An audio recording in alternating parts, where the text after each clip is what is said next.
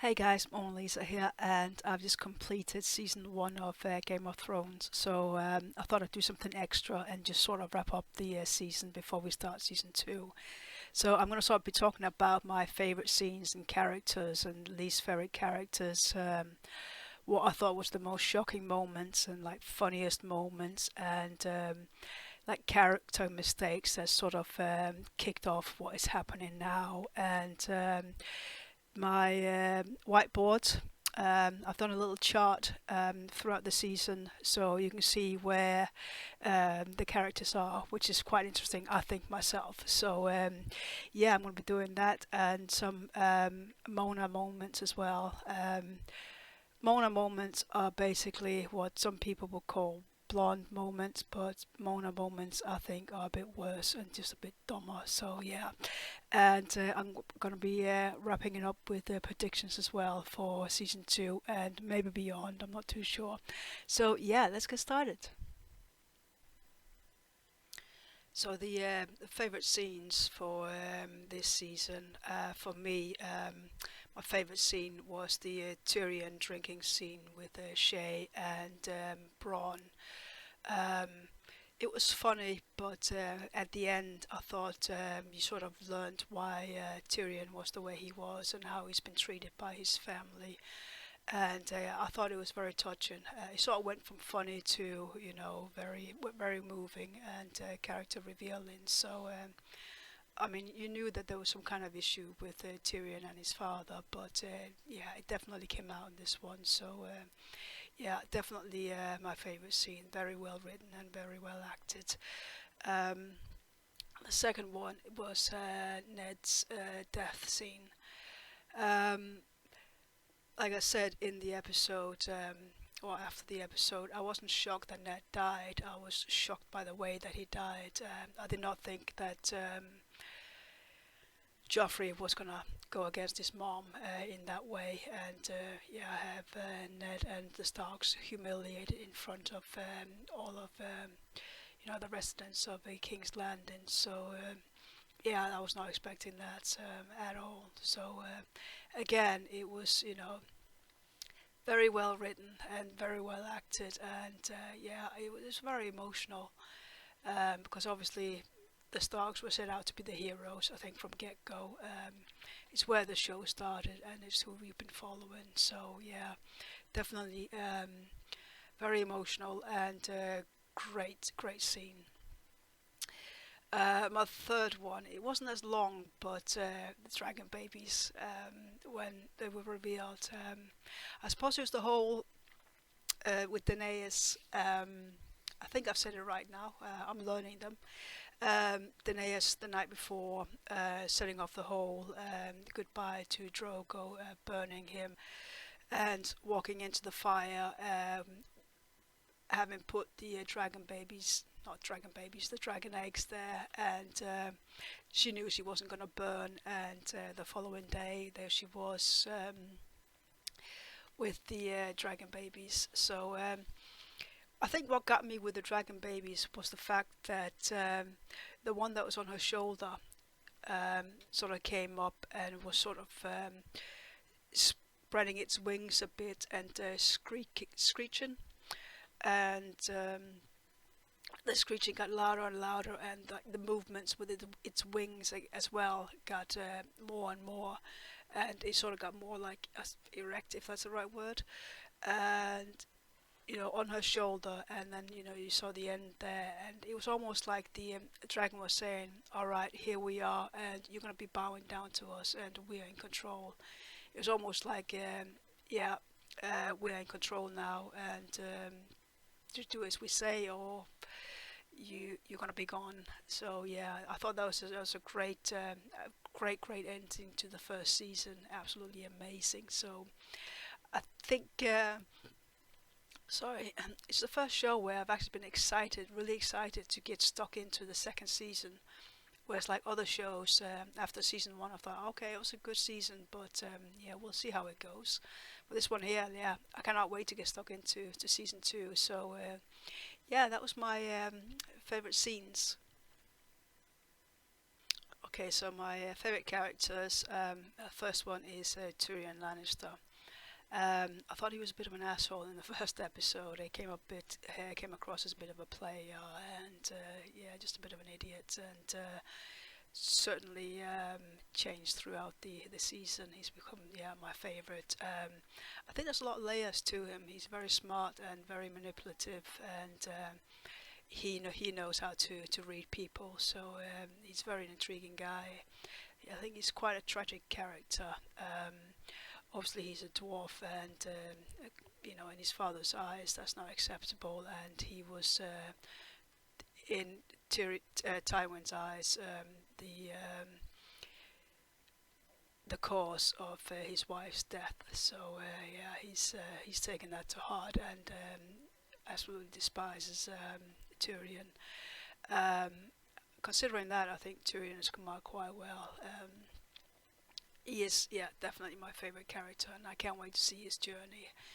Season 2, where he's going to be the King's Hand, basically Joffrey's babysitter, I suppose. So I cannot wait to see what's going to happen there. So yeah, Tyrion's my number one character. Second one is Arya Stark. Again, from the very first episode, she came across as quite the tomboy, quite the cheeky girl, and you could just see the progression of her becoming a warrior. I don't think there's any doubt that she's going to get involved with the war that her brother's fighting now. Definitely, yeah. I mean, what was the point of her being good at archery and now learning sword fighting as well? So I can't wait to see her development in this show. My third favorite character is Ned. I think he was obviously the, I suppose, main character in the show. He was like the heart of it, sort of like the reason, and yeah, he's a very honourable man. And I think it's the fact that how Sean Bean played him has made him my favorite, one of my favorites. Obviously, he comes across as quite a likable guy, and he has a bit of banter with the king, and they've known each other for quite a long time. He definitely knows what's right from wrong, and he stands by that. He has very strict morals, and the same goes for all the Starks, how they've been brought up, and I think that's just how it is in the north. They're very different to the south and the west. So definitely a very good character, and obviously played by Sean Bean. So that helps a lot as well. So yeah, that was my favorite characters. Okay, so my least favorite characters. Number one is Joffrey. Sort of in the beginning, I thought he was a little spoiled brat, and I thought I'd give him the benefit of the doubt, but he just turned out to be an absolute asshole. The way they Ned executed was absolutely ridiculous. Gone against his family, what they wanted. They obviously know killing Ned is going to set up a whole, I suppose, domino effect for their family, and yeah, obviously too childish to be a king, and that's why they got somebody to take over in their place until they come of age. And it's the same, our royal families. There's a certain age before you can become, a ruler, I suppose. So yeah, the way he's treating people, I suppose he doesn't know any better, because I mean the family he comes from, it pretty much says it all, doesn't it? I think he liked Sansa up until the whole Arya wolf incident, where she was sword fighting with the butcher's boy Micah, and he basically got humiliated there. I think up until that point he quite liked Sansa, but after that he hates the family because they embarrassed him. So yeah, he's definitely taunting her, and yeah, absolute, yeah, number one. Number two is Cersei. She's been playing her husband, obviously, because none of the children are the king's children. Um, I had that predicted from, I think it was episode 2, where I didn't think Joffrey was the king's son because he was too blonde. He didn't look anything like him, and I thought that the Lannisters would want their bloodline, pure bloodline, going through. So she's been playing him. They obviously had a child together, and I think that the Lannisters killed that child to get their own children to become the heirs. So yeah, that's, she's been very manipulative. She's like the puppet master of the Lannisters, or of the Lannister children and her siblings as well. I think definitely one to look out for. So yeah, very unlikable character, very unsympathetic, I think. So yeah, it's gonna be interesting to see what happens now that Joffrey's sort of gone against her, and I don't know how she's gonna come out of that. Third of my least favorite characters is Cat. Um, I think what she did was just completely wrong. Capturing Tyrion was like very irrational. It was a very irrational move, and she didn't think that through. Because obviously, the Starks and the Lannisters, they don't really get along, and now she captured Tyrion, and that's obviously, yeah, it's. I think that's the reason for why the war is happening now. Partly because of it, obviously, Jaime pushing Bran off is what set it off. But no, Cat went against the Starks without telling anybody what she was doing, putting Ned and the children at King's Landing in danger, and. No, absolutely ridiculous move. That should never have happened.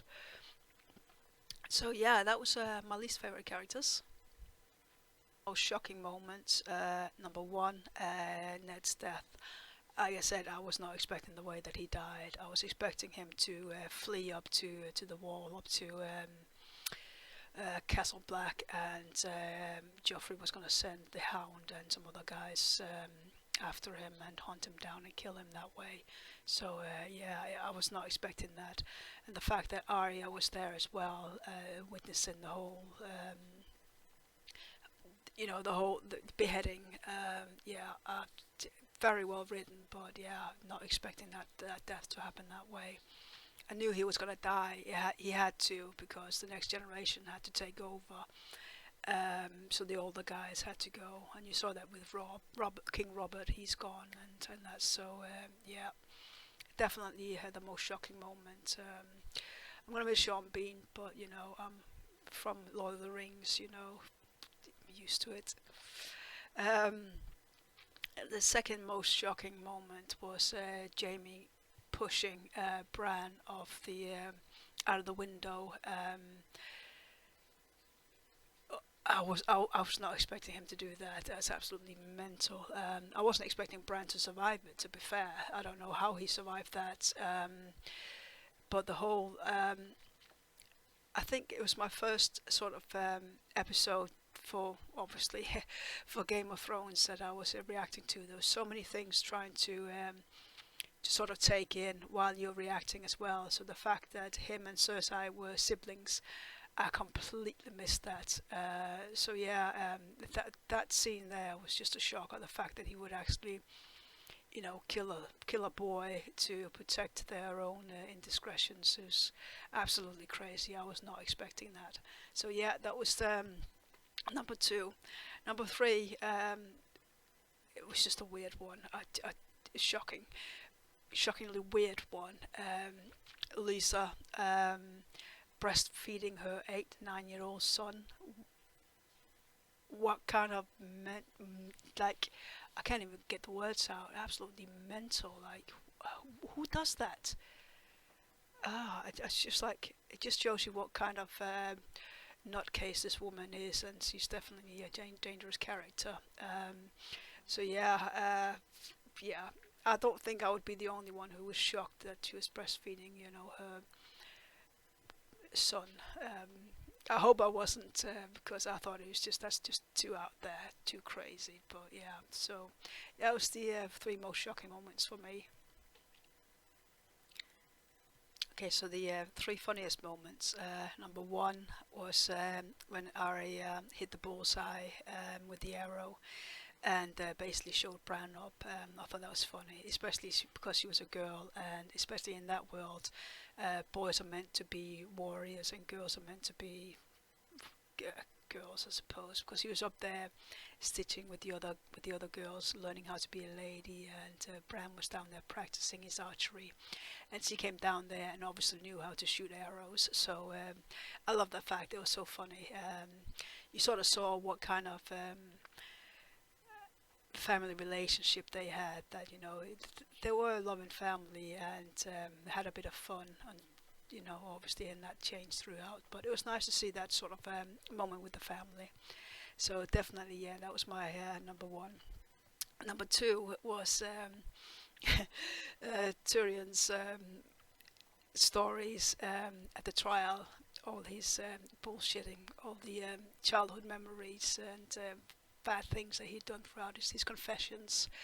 I thought it was hilarious. He's such a manipulator and a bit of an ass as well, isn't he? It was so funny. Just they were expecting him to confess the fact that he set up the attempted murder on Bran, and he was just basically confessing stupid things from when he was younger. So absolutely loved it. He knew exactly what he was doing, and as well with Bronn, the very first thing he said, like he was not he wasn't a fighter. He wasn't very good at fighting, but he was very good at getting people to fight for him.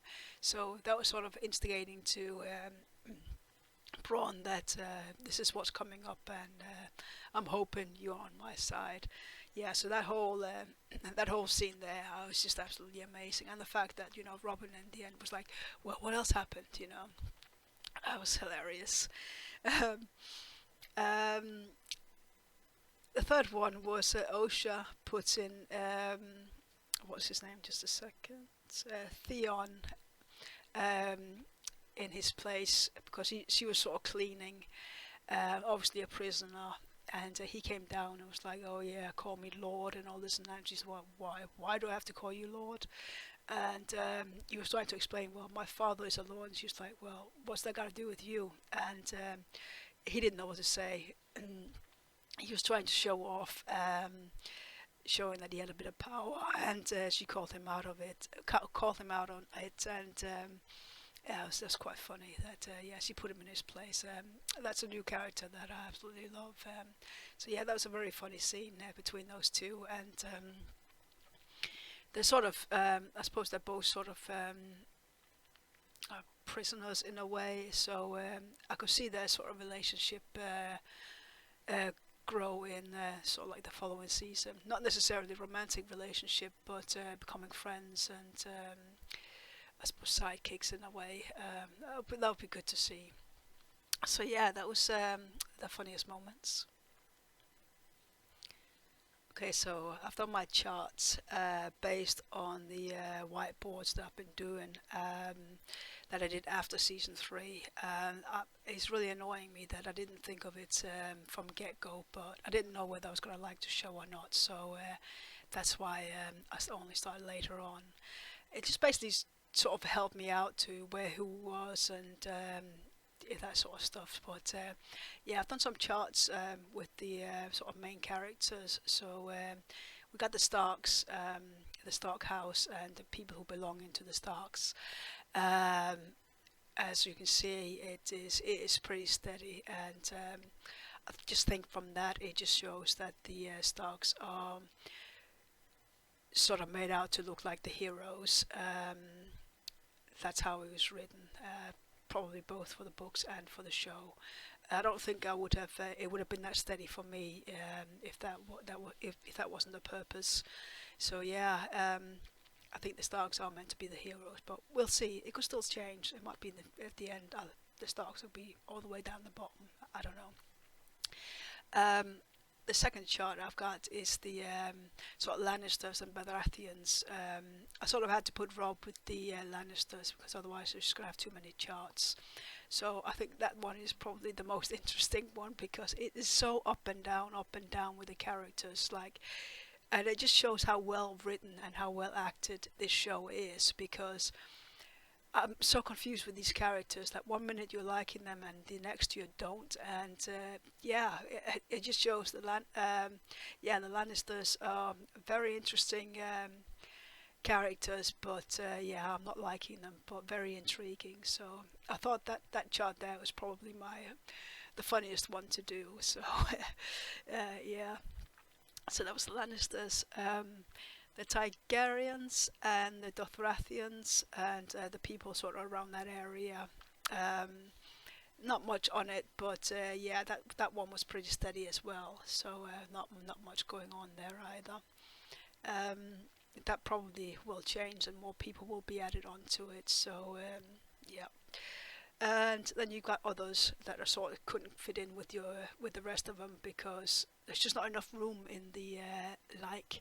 So I just had to split them out a bit. So you can see that one is a bit random as well. But yeah, I think it's going to be probably more difficult for season 2 because I'm going to be more adding more characters onto it. So I'm going to have a think of how to do my charts for that one. But yeah, I just thought I'll share that with you guys just to show where the how opinions change throughout the show. So it'll be interesting to see if you sort of had the similar sort of journey as I did of who you like and who you don't like and that. So yeah, I'm definitely going to continue doing my whiteboard. I'm gonna have to get a bigger whiteboard, but yeah, I'll work that out somehow. So yeah, so that was the charts.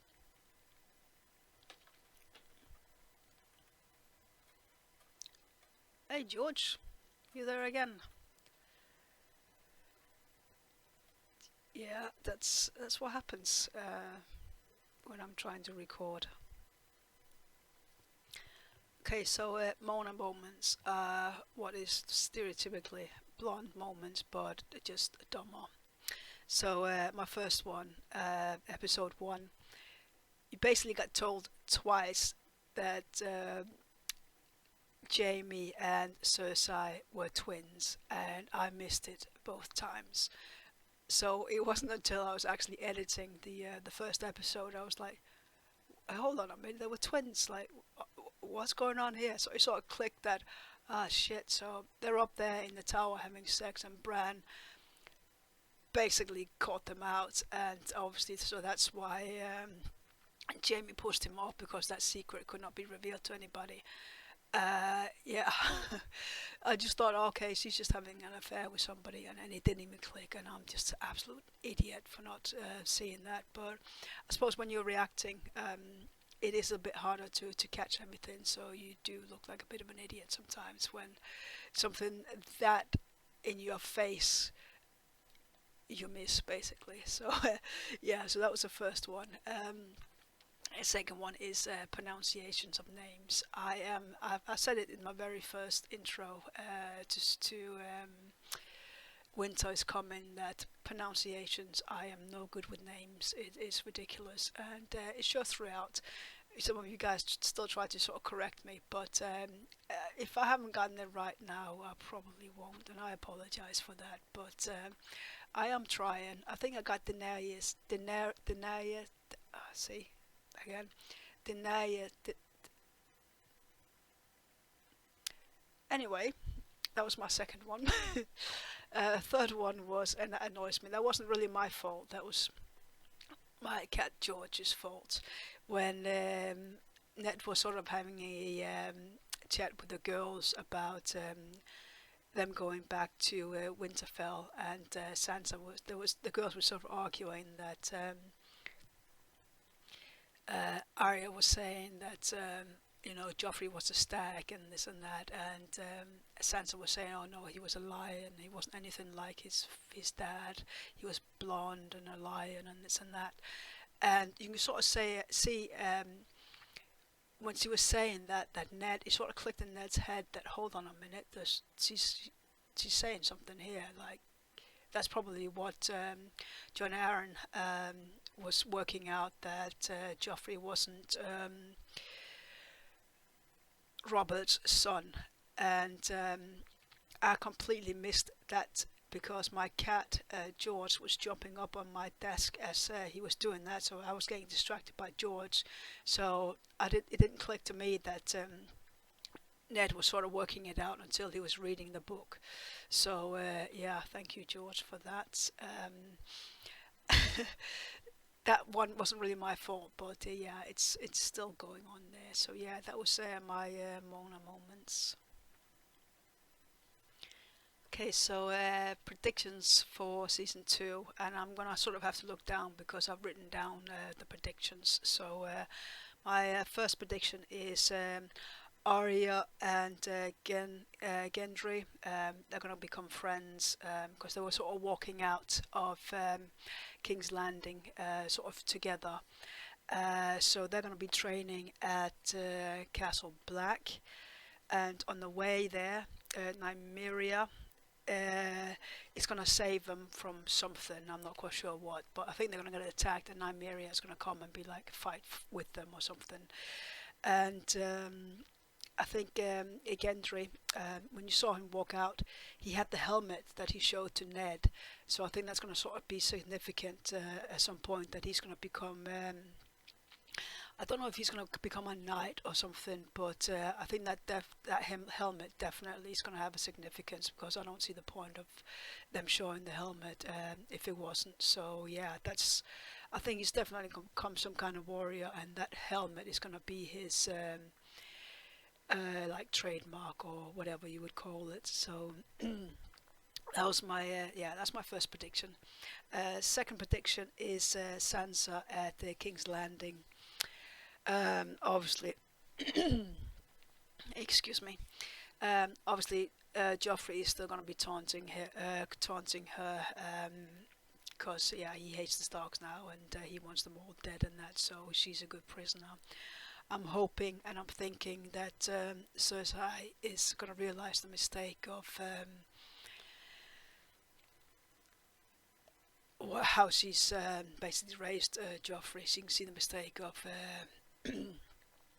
how he's ruling the kingdoms, and she's gonna try and help out Sansa.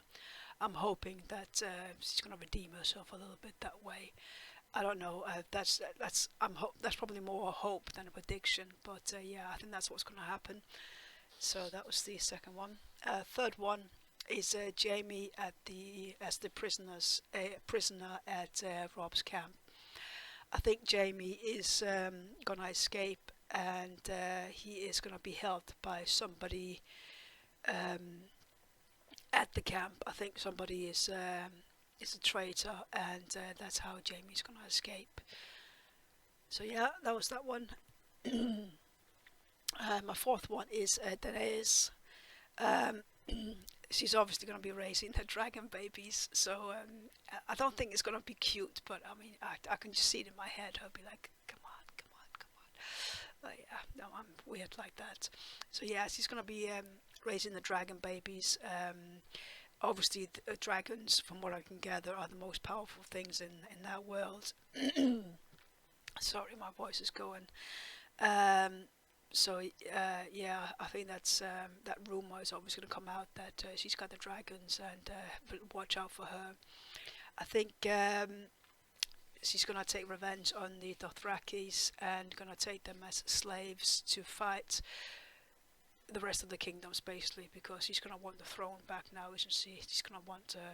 She's going to want to be queen for the kingdoms now, and anybody who gets in her way, too bad for them, I suppose. I think Jorah, Mormont, and Daenerys, I think they're going to become a couple. I'd definitely like to see them become a couple. He is so reasonable. I think, yeah, okay, so he sold slaves and that, but he's a really good guy. I really love this character, and I would love to see them become a couple, because I think they would be quite good. He would sort of calm her down a bit, because she is I don't know whether she's becoming a bit too big for her boots or what, but I think he's definitely sort of the reason behind that. So not behind, but yeah, he's definitely the reason. Yeah, I hope you know what I mean. I love to see them become a couple. So yeah, that was the fourth one. Fifth one is Tywin. Um, he's such a weird, stupid. I think Tywin, he's gonna go to war against Robb. Obviously, that is what they're already doing. I think Robb is almost gonna lose the battle, but he and his the guys who are fighting are gonna be saved by the Night's Night's Watch Rangers. So they're gonna come and like they're almost gonna lose, and then the Rangers are gonna come and help them out, and they're gonna win the battle. Yeah, probably out there, but yeah, here we go. So yeah, the sixth one is Bran and Recon. I think Osha, um, she's sort of telling stories and teaching them, sort of what's outside the walls, and I think they are going to be going on an adventure. Um, so like Osha and Hoda, I'm gonna have to go with the boys on their little adventure, because they're gonna have to look out for them, and the boys are gonna do what the boys are gonna do. So yeah, I think that's what's gonna happen there. I think Recon is a very strange little boy, and I think from the season finale, I think Osha knows there's something's not quite right with this kid. He's got some very weird premonitions or something. So yeah, I can't wait to see what's going to happen there. So yeah, that was sort of a little sideline prediction of what's going to happen to the little ones. The seventh one is the Night's Watch. I think Lord Commander Mormont, he's going to die, and I think he's going to die by being attacked by a White Walker. And I think, the old Nan who was telling the stories to Bran, I think those stories are real. And I think those like White Walkers are going to come with those dog size spiders, and yeah, they're gonna obviously attack the Rangers, and yeah, I think that's how Lord Commander Mormont is gonna die, and I think Uncle Benjen is gonna come and help, but it's gonna be too late. Mormont is already gonna be dead, but at least Benjen is alive, and he's gonna come back and sort of put the Rangers in their place again, helping them out and that. And I think he's going to go back and then train Arya and Gendry. Yeah. I'm probably completely wrong, but that don't tell me if I am wrong or if I'm right on anything, because it will ruin it.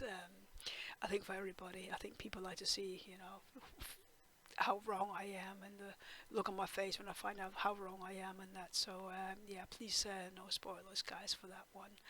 So yeah, that was kind of my predictions for season 2.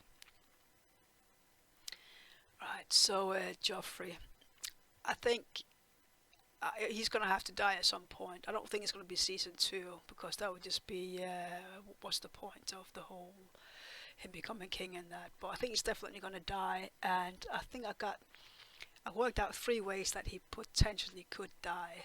So the first one is Sansa. Obviously she's a prisoner, and I think she could potentially do the same as what Jaime did to the Mad King, stab Joffrey in the back and kill him that way. I mean, that would be sort of justice. What goes around comes around, because that's what the Lannisters did to the Targaryens. I think they were right in doing it, but it is what it is. I think there could potentially be a way that Joffrey die, or Arya will hunt him down and revenge Ned and Micah and Lady. So I think in the second episode you could already see the hatred between the two. So yeah, it could definitely be Arya who who could kill Joffrey. Um, I think, to be honest, it should be Sansa, but there we go. Not quite sure yet.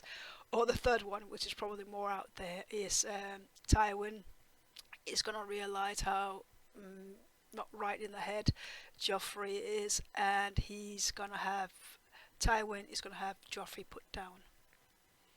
So yeah, I think that's like 3 ways that Joffrey could potentially die. I just want to thank you guys on Patreon. I can't believe the amount of people who've subscribed to Patreon. Um, I'm really overwhelmed. I wasn't expecting that at all. So I don't know what it is I'm doing right or what I'm doing, but yeah, I just want to thank you guys so much for subscribing on there. It just kind of pays for where I'm uploading it and that. So yeah, thank you so much for your support on there, and for you guys on YouTube. Thank you for subscribing on there and watching my reactions and commenting, and that it's so much fun sharing my experience with you guys and sort of seeing what your opinions were and what have you. So yeah, I am reading all the comments, and unfortunately at the moment I just don't have time to reply to all of them. But I do appreciate all of you guys. It's so much fun, and I'm so glad that you're part of my journey. So thank you guys so much for watching my reactions. And yeah, all I can say is I will see you in season 2.